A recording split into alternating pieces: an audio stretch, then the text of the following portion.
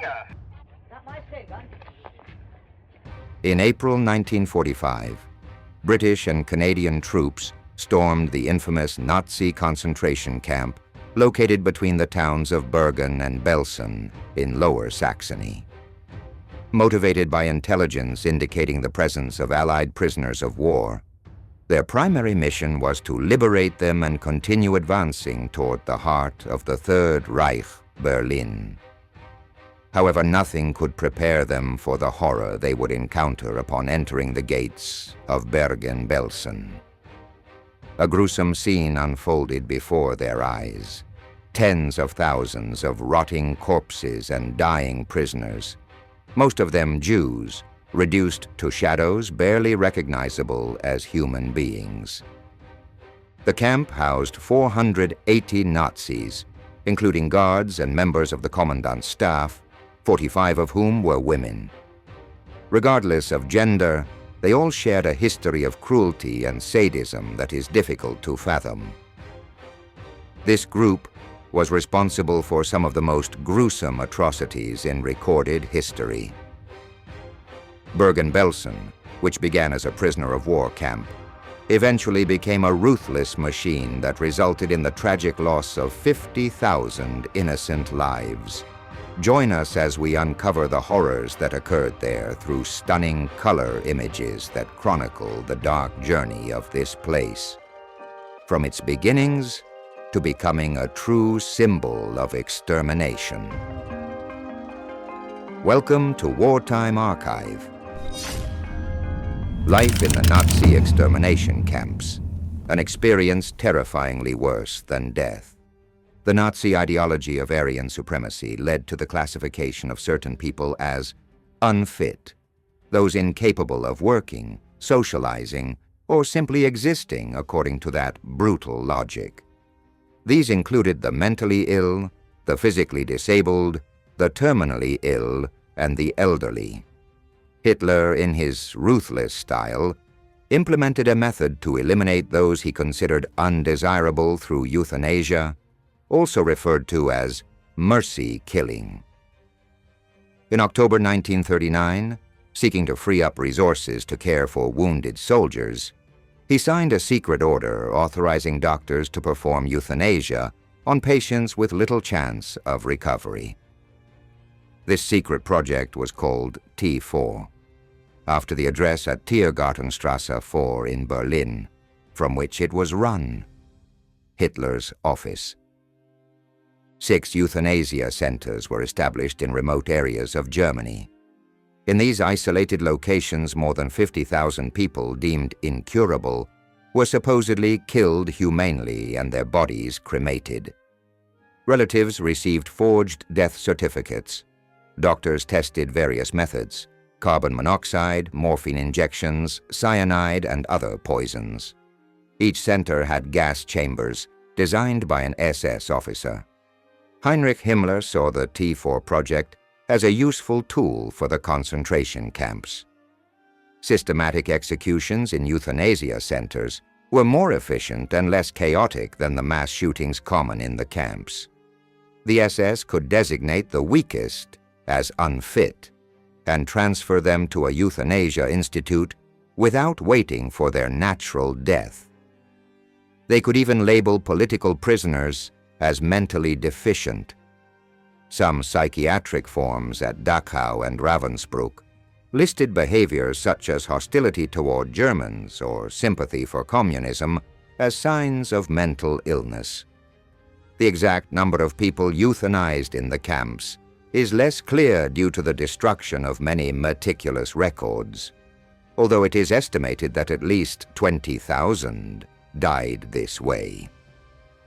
By adopting a policy of deliberate and barely concealed racial murder, every subsequent decision became sinisterly logical under this twisted rationale. Once the murder of unfit individuals in dedicated institutes was legitimized, and after accepting the transfer of undesirables to those locations, the next step was to bring medical executions directly into the camps. From there, It was a small leap to establish facilities whose sole purpose would be the mass extermination, not just of isolated individuals, but of an entire race deemed unworthy of life. The Jews. In 1941 and 1942, 4 dedicated extermination camps were built, and 2 existing ones were adapted to combine forced labor with systematic extermination. During the height of the Nazi regime, a terrifying operation known as Operation Reinhard was carried out, designed to confront what the Nazis called the Jewish problem. This plan aimed at the systematic genocide of the Jewish population. Named after Reinhard Heydrich, one of the high-ranking officers charged with implementing the so-called final solution, this initiative became one of the darkest pages in history. The strategy worked in a chillingly methodical manner. Jews from both the ghettos in Poland and some occupied Russian territories were displaced to the east, a sinister euphemism that actually referred to the extermination camps. Likewise, Jews still residing in Germany would be transported to the vacated ghettos, only to repeat the cycle. With each transfer, more lives were caught in a chain reaction that never stopped until it was completely destroyed. These extermination camps were strategically located in the eastern regions of Poland. This location was no coincidence. Being far from direct criticism by the German public, it was easier to operate these centers of horror away from prying eyes. By the end of 1941, much of the Jewish population in Europe remained concentrated in the territories of Poland and Russia, just within reach of Hitler's utopian, if morbid, expansionist dream. In this context, the eastern region of Poland, close to the Russian border, offered ideal conditions: vast forests capable of hiding the death factories, an efficient rail system for mass transportation, and a local population, some of which was deeply anti-Semitic, less likely to intervene in the face of the horrors experienced by the Jewish victims.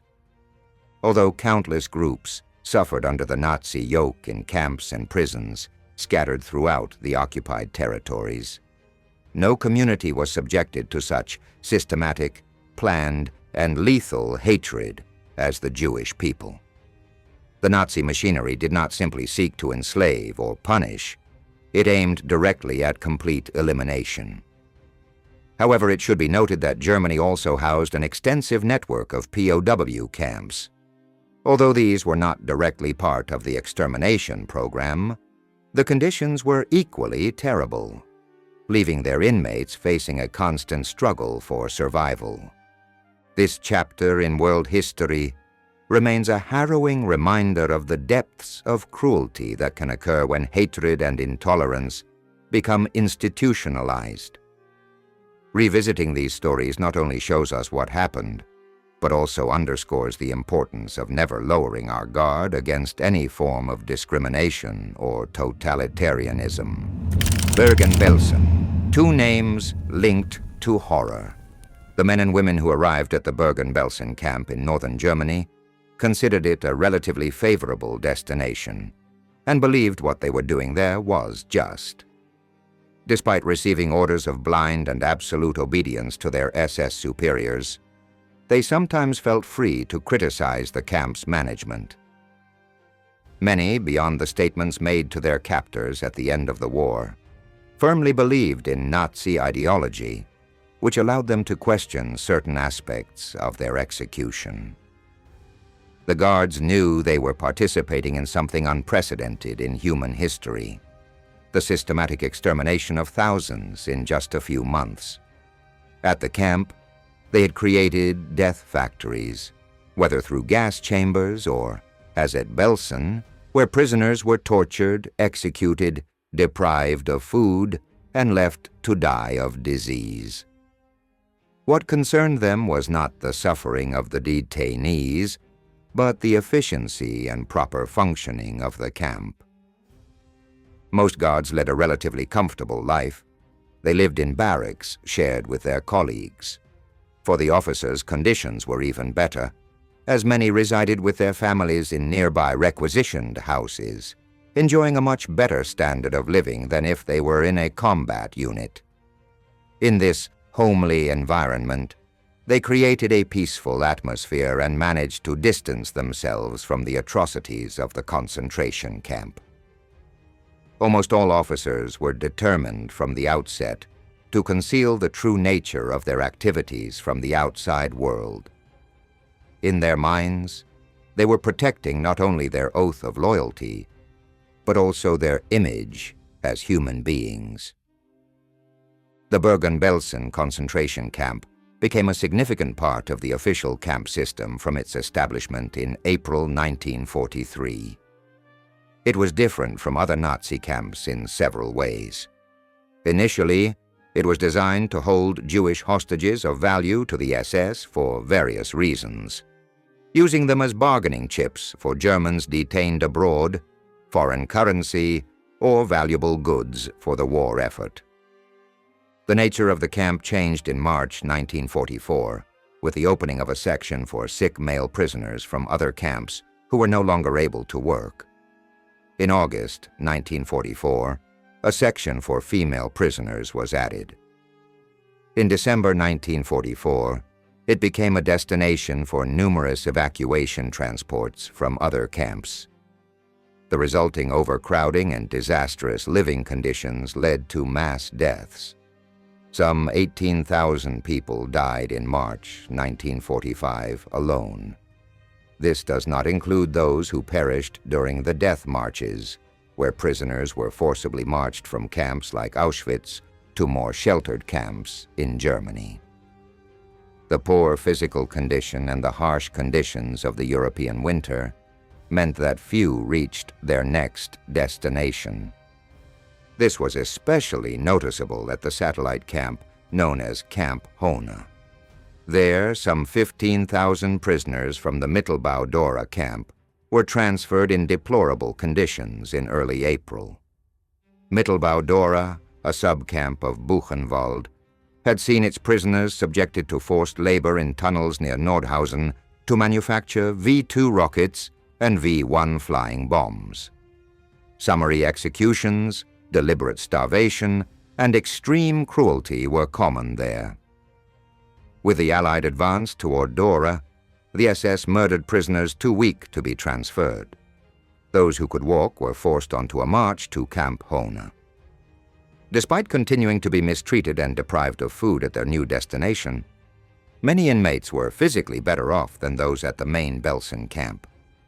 At least 52,000 of the approximately 120,000 prisoners at Bergen-Belsen died from starvation or disease, abuse by the SS, or the immediate after-effects of their liberation. Dead men walking, the Allies' shocking discovery at Bergen-Belsen. On April 15, 1945, as President Franklin Delano Roosevelt was laid to rest in Hyde Park, New York, the Bergen-Belsen concentration camp was handed over to the forces of the British Second Army, part of the 21st Allied Army Group, composed of British and Canadian troops. The surrender of the camp had been negotiated days earlier, and that same afternoon, the first British units entered. They arrived in a loudspeaker van, escorted by members of the 63rd Anti-Tank Regiment, Royal Artillery. Among the soldiers who escorted the entry was Chaim Herzog of the Intelligence Corps, who would later become Israel's ambassador to the UN, and later, the 6th President of the State of Israel. Just a week earlier, the camp housed more than 60,000 prisoners, almost half recently transferred from other locations. Between April 11th and 14th, those prisoners still fit for work were forced by the SS to bury bodies in mass graves as part of preparations for surrender. This scene of horror was grotesquely embellished by the Nazis with music. Amidst the macabre work, guards handed out musical instruments to the prisoners. While two orchestras played dance music, Some 2,000 inmates dragged corpses using strips of cloth or straps attached to the limbs of the dead. For 4 days, from dawn to dusk, this terrifying specter unfolded before the eyes of the captives and their oppressors. When British and Canadian soldiers took over, they found approximately 10,000 decomposing corpses scattered throughout the camp.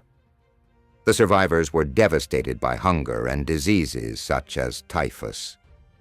The situation was so critical that at least 14,000 would die shortly after liberation. The next day, a convoy of more than 100 ambulances driven by American civilian volunteers departed from Italy for Bergen-Belsen to provide medical assistance. However, this number was insufficient to transport the thousands who urgently needed it. The Allied forces were forced to make the heartbreaking decision about whom to assist first, prioritizing those most likely to survive. The liberators' accounts paint a bleak picture of the camp.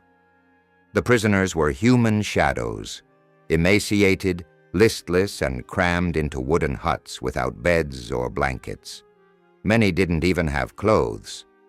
The women's conditions were even more deplorable, clad only in filthy rags if they had anything to cover themselves with. The dead were scattered throughout the camp, or piled up next to the blocks where the most seriously ill were treated in spaces mistakenly called hospitals. Thousands of naked skeletal corpses remained unburied in various states of decomposition. Sanitation was almost non-existent. Makeshift holes served as latrines, but due to extreme weakness and hunger, many prisoners defecated and urinated where they lay, even inside the huts. Without running water or electricity for months, people were also unable to bathe. Following the liberation of the area, the British forces faced multiple urgent challenges. Stopping the spread of typhus was the immediate priority. The disease had already claimed hundreds of lives and threatened to spread rapidly among the survivors. Furthermore, it was essential to bury the bodies before the summer heat triggered cholera outbreaks. They also had to ensure sufficient food to reduce mortality from malnutrition and identify those who still had a chance of recovery and evacuate them to safer places where they could receive adequate care. The humanitarian task was immense and difficult. As a military force, the British were ill-equipped to manage such an overwhelming health and social crisis. Many buildings in the camp were temporarily converted to care for the sick. However, initially, only 8 nurses were available to care for 20,000 survivors in critical condition. Faced with this devastating reality, nearly 300 members of the Royal Army Medical Corps remained to organize medical care, while battling extremely virulent diseases that required urgent hospitalization in each case.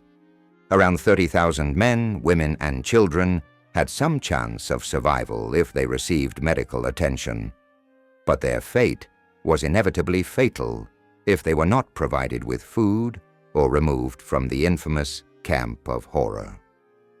Initially, the sick were placed on filthy beds, placed directly on the floor, as available beds were almost non-existent.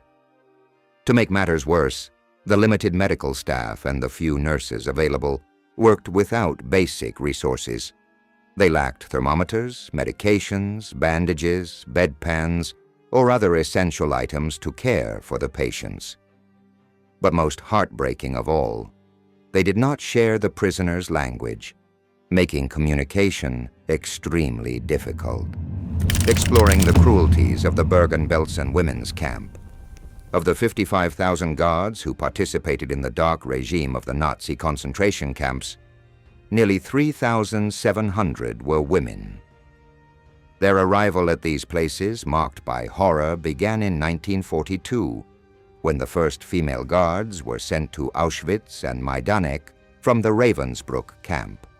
However, it wouldn't be until 1943, that the recruitment of women intensified, motivated by the shortage of men to perform these duties. The profile of these guards was fairly homogeneous. Lower middle-class women with no prior professional experience, and often from backgrounds where formal employment was non-existent. Within the camps, these women lacked the respect of the prisoners, who tended to be more educated and cultured. Despite this, many German women responded to the call to join the female SS, motivated by newspaper advertisements that appealed to their love of the Reich. Some were attracted by the promise of light work and competitive wages, while others had little choice. They were offered the opportunity to advance and leave low-paying or unprestigious jobs if they accepted this role within the regime. In 1944, being a guard in a concentration camp meant earning more than many women could expect in their previous jobs. For example, an unmarried 25-year-old guard could earn much more than a textile worker. Pressure also came from the state. By 1943, the Reich Ministry of Labor had the authority to recruit women between the ages of 17 and 45 for military service. From then on, the majority of those who showed up for training in the camps were recruits, not volunteers. Ravensbrück, which specialized in the training of female guards since 1938, housed these recruits for periods ranging from 1 week to 6 months. There they received intensive training under the direct supervision of the chief in charge. The instruction ranged from general camp rules to protocols for preventing escapes and detecting sabotage. They also learned how to punish prisoners within the framework established by the SS. One key rule: they were not to establish personal ties of any kind with the prisoners.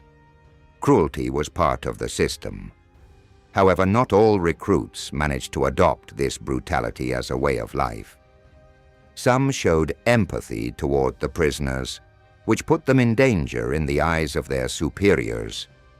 Wardens who dared to disobey or act soft often suffered exemplary punishments for their insubordination. The regime's strategy was clear: toughen the recruits step by step until they could accept constant brutality as a daily occurrence. Another prominent location in this grim panorama was Bergen-Belsen, which, starting in August 1944, became a key center for the training and testing of female guards. That same year, a section of the camp was specifically transformed into a women's camp. In just a few months, between August and November, approximately 9,000 women and girls were incarcerated there. Those who were physically fit were quickly assigned to other camps or to slave labor in the 3 satellite camps associated with Bergen-Belsen. At first, these prisoners were temporarily housed in makeshift tents inside the camp, exposed to the cold and deplorable conditions. However, in November 1944, something curious happened. A violent storm destroyed these tents just before the harsh German winter set in. As a result, many prisoners were moved to barracks. Although these structures were cold and infested with rats and fleas, they represented an improvement over the inhumane outdoor tents where they were initially confined. The first inmates of the women's camp were Polish women arrested after the Warsaw Uprising and later deported, some with their children. Conditions were deplorable. The place was dirty, damp, and freezing. The women suffered constant hunger, lacked basic hygiene, and contracted infectious and deadly diseases such as typhus. With the increasing influx of Jewish prisoners, overcrowding further aggravated the situation.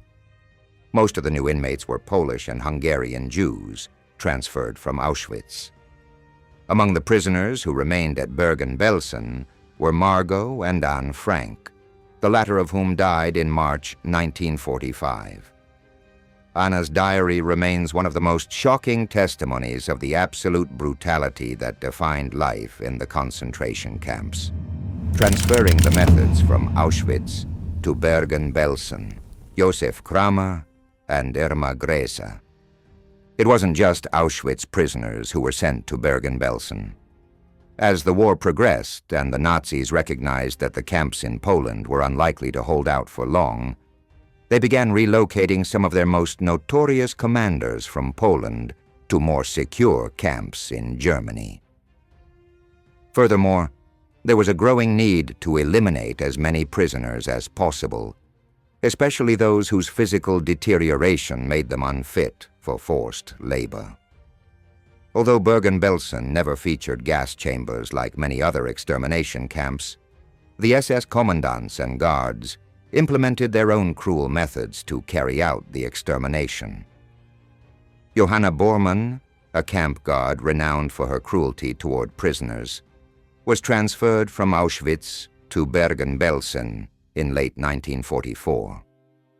Upon arrival, she was immediately assigned to administrative duties related to the lists. Shortly thereafter, Irma Grese, her direct superior at Auschwitz, was also transferred to Belsen. At Auschwitz, Grese's name was synonymous with brutality. Nicknamed the Hyena of Auschwitz, she became one of the most notorious examples of SS training at its maximum effect.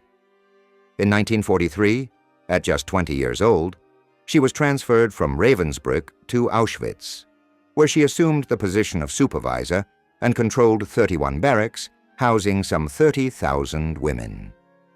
Although she had already mistreated prisoners at Ravensbrück, Auschwitz gave her many more opportunities to display her sadism.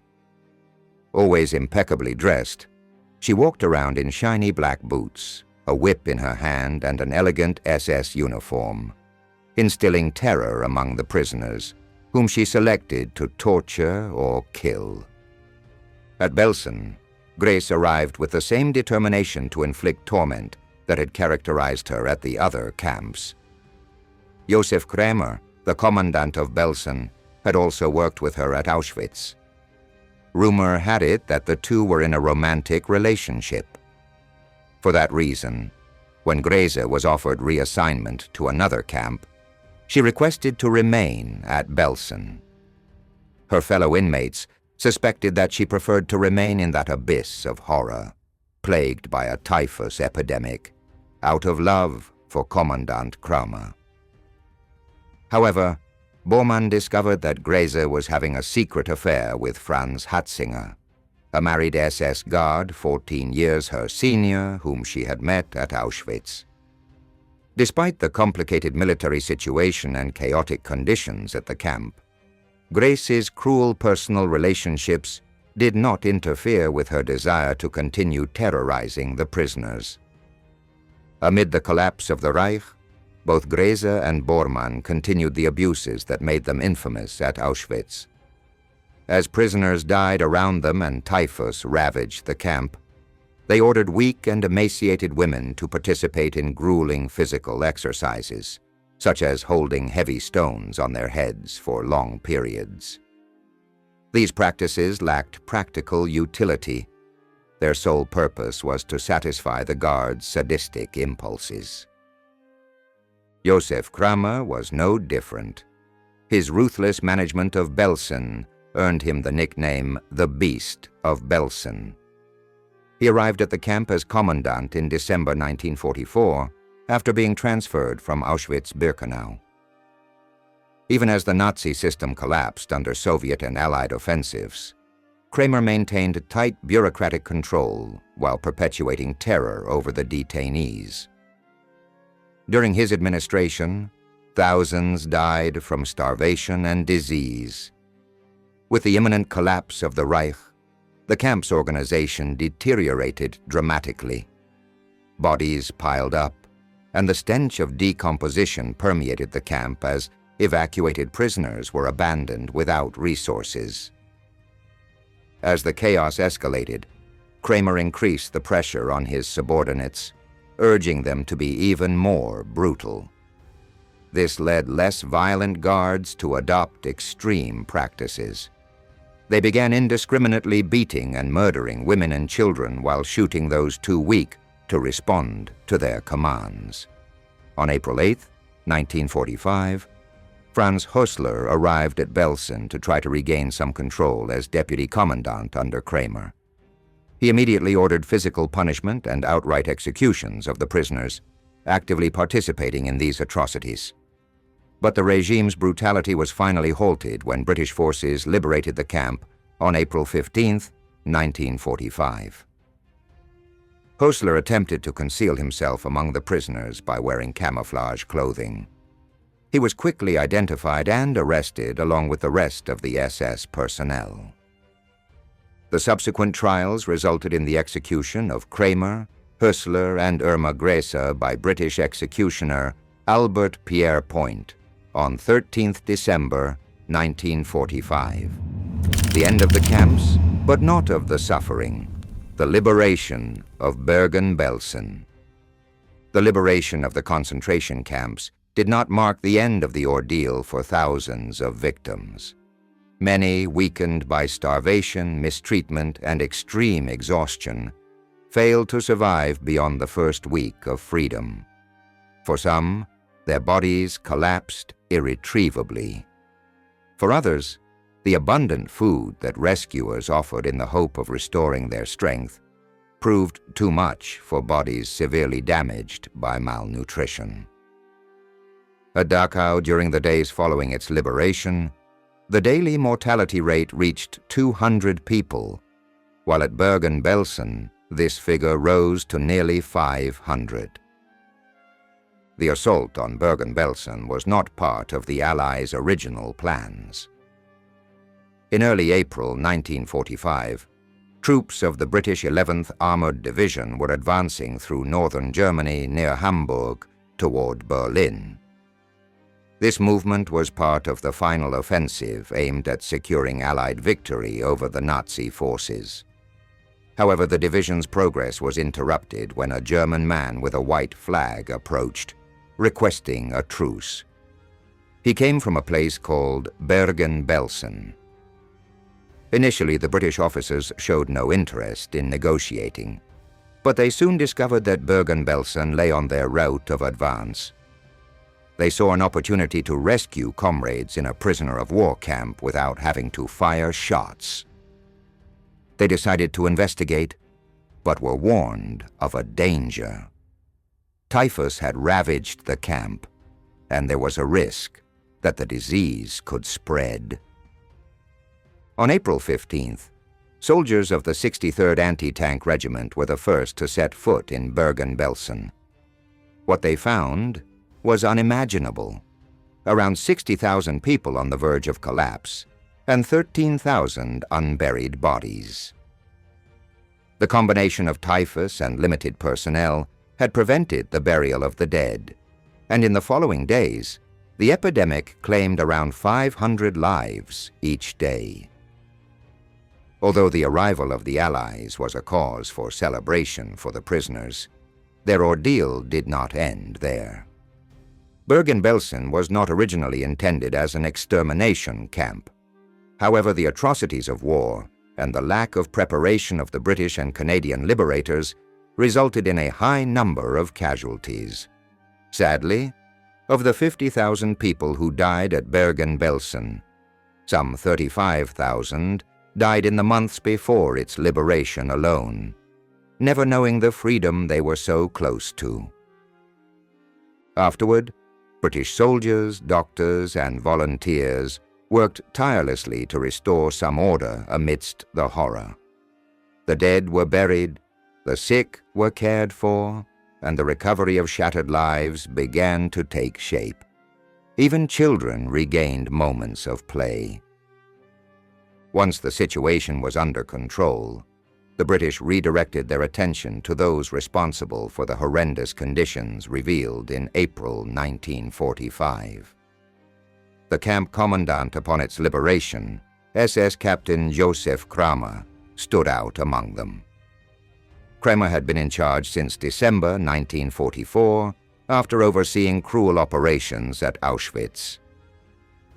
As the Soviet advance pushed prisoners toward Bergen-Belsen, problems of overcrowding, starvation, and disease intensified under his brutal management.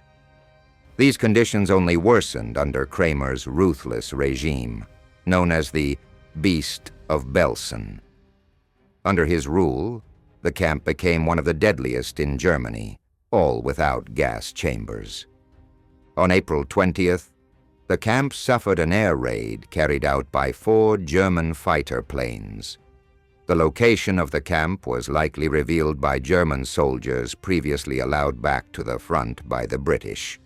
This attack resulted in the deaths of 3 British nurses and damage to the camp's water supply, which worsened the situation and led to more deaths due to dehydration. In the following days, the surviving prisoners were deloused and transferred to a nearby German Panzer Army camp, which became the Bergen-Belsen Displaced Persons Camp. Over the course of 4 weeks, nearly 29,000 survivors were relocated there. Before relinquishing control, the SS destroyed the camp's administrative records, thus eliminating most documentary evidence. The British ordered former SS personnel to help bury thousands of bodies in mass graves, a task they themselves had repeatedly imposed on prisoners in the past. Knowing this, the British forces replicated the treatment previously received by Jewish and Polish prisoners. Minimal rations that barely lasted, a ban on wearing gloves or protective clothing, and constant threats during labor to prevent any rest. As a result of handling corpses in an advanced state of decomposition, with arms and legs sometimes falling off, 17 SS personnel died of typhus over a 2-month period. In addition, 1 officer committed suicide, and 3 others were shot by British soldiers while attempting to escape. The truth revealed. The Belsen trials. The so-called Belsen trials took place just 5 months after the camp's liberation. They were the first of their kind, occurring even before the infamous Nuremberg trials. This trial captured significant international media attention, providing the world with its first tangible insight into the unspeakable horror of the Holocaust and the macabre workings of Bergen-Belsen, known as a veritable death factory. It also set a historic precedent as the first war crimes trial to include film evidence. The trial lasted 54 days, beginning on September 17th, with the reading of the indictment and the opening statement by the prosecution. On September 20th, the British Army presented a film documenting the conditions at Belsen after its liberation. This footage was so shocking that several witnesses, unable to bear the graphic nature of the images, walked out. The following day, the court toured the Bergen-Belsen camp. The defense began its arguments on October 8th with Commandant Joseph Kremer, who also testified on its behalf. Closing statements took place between November 7th and 12th, followed by the prosecution's closing arguments on November 13th. Finally, on November 17th, 1945, verdict was delivered. Historians severely criticized the Belsen trials, pointing to the lack of preparation and the hasty execution of the proceedings. SS guards who fled after the April 13th ceasefire were not pursued. In some cases, instead of witness testimony, only sworn statements were presented during the hearing. There were contradictions in some witness accounts under cross-examination, and sometimes they failed to identify the accused as responsible for the crimes. Oskar Schmitz, a former inmate, was falsely accused of being a member of the SS and was given no opportunity to refute this before the trial. Defense attorneys argued that the arrests were illegal because they violated the promise of free withdrawal included in the ceasefire agreement. The prosecution countered that this promise was nullified by actions such as the burning of files by the SS and the shooting on April 15th. On November 17th, 11 defendants were sentenced to death by hanging, while 18 others received prison sentences ranging from 1 to 15 years. Erich Zodl, one of the camp guards, was sentenced to life imprisonment. However, after a separate military trial in August 1945 found him guilty of murdering a prisoner after liberation, he was executed just 13 days later. To carry out the sentences, the British Army appointed the renowned executioner Albert Pierre Point, who received special treatment, being promoted to the rank of lieutenant colonel, despite his low official rank. He was flown to Germany specifically for this task and housed in a luxury hotel.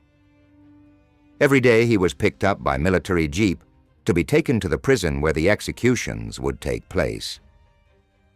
In total, Pierre Point personally carried out 191 hangings, both men and women, at Hamelin, a prison in Lower Saxony. She also supervised the execution by firing squad of condemned prisoner Theophil Walasek. She was assisted by Sergeant Major Richard Anthony O'Neill, Sergeant James Hunter, and others. In the case of the executed women, the mandatory presence of a British female warden or deputy warden was also required. Deputy Warden Wilson from Strangeways Prison in England attended the first 3 executions on December 13, 1945. At Hamelin Prison, a gallows adapted from the model used at Pentonville in London was installed, designed to carry out simultaneous double executions. A separate wing of the main building housed this structure. Before execution, prisoners had the right to religious assistance according to their faith. Some refused this option. Josef Kramer met his end quietly, but Irma Gracie, only 22 years old and the youngest woman sentenced to death under British law, resilient until the very end. Refusing the formal black hood, Grace attempted to struggle against its placement while insisting on maintaining eye contact with his executioner until the final moment. Despite firmly shouting, "Schnell!" quickly in his final moments, his death was far from instantaneous. Pierre Point, who had been perfecting his executioner's technique for over 15 years, incorrectly placed the rope around Grace's neck. This resulted in an agonizing death by strangulation instead of the expected cervical rupture, causing him to die a slow and painful death by strangulation rather than a quick neck break. His end was as atrocious as the life he led. One of the most shocking symbols of the Nazi regime's inhumanity is the gas chambers, those death machines designed to silently eliminate lives, killing hundreds of people in a matter of minutes. However, the Bergen-Belsen concentration camp reminds us that a gas chamber wasn't necessary to perpetrate a tragedy. There, it was the unbridled brutality of the guards and the fervent hatred of their commanders that sealed their names as synonyms for murder. Up to 50,000 men, women, and children lost their lives due to constant beatings and abuse, lack of food, inadequate accommodations, and the inability to maintain a normal body temperature.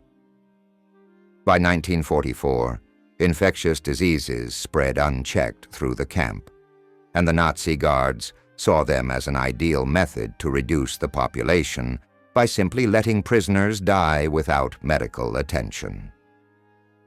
The Belsen trials culminated in the execution of 13 men and 3 women, while many more were sentenced to long prison terms. However, the damage inflicted on humanity remained engraved as one of the most atrocious crimes of the 20th century.